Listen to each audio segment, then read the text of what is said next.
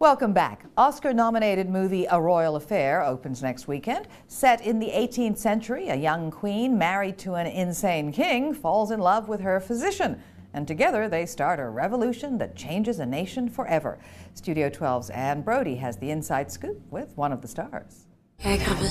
Det sandt? Nej. Du ødelægger mit land, Strunse. Jeg kan gøre lige, hvad der passer mig. Kongen lader sig diktere direkte af en oplysningsmand. Du er en skide provinslæge, og nu tror du kraftigt, at du kan styre et helt land. This is a very important moment in time in history for this government when virtually a doctor takes over. Yeah. And it's marvelous watching it, but it must have been absolutely earth-shaking back in those days. I guess it was. I wasn't there. Yeah. But yeah, one could imagine it's not even a doctor, he's just a physician, yeah. Which is even less. And he was German as well, a foreigner. And he shacks the queen and he takes over the country, which is, I would say, as a politician, you might have done something else. You know, he was a very clever man, but a very bad politician. He was a very compassionate man. Tell me about his journey.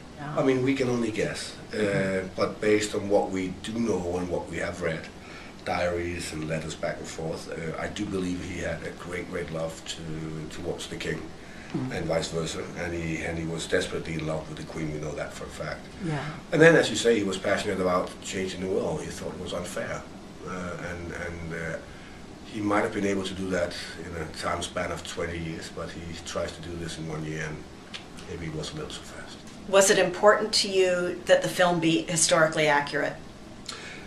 I think it's important for all of us to get the historic details correct.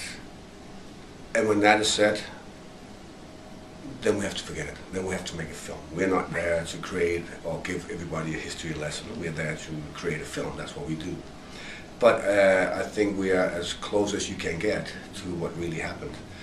Besides that, my character and the Queen's character might have weighed about 150 kilos, both of them. There's nothing new in the story, and I think that he does start out as a man who believes, and he has ideals, and I think that we can all agree on his ideals to a certain degree. He's preaching democracy, right? But down that line, he starts forgetting people. He starts forgetting his friends, his loved ones, and he starts forgetting the people he's serving. And he's becoming blindfolded like every good dictator should be. Thank you so much.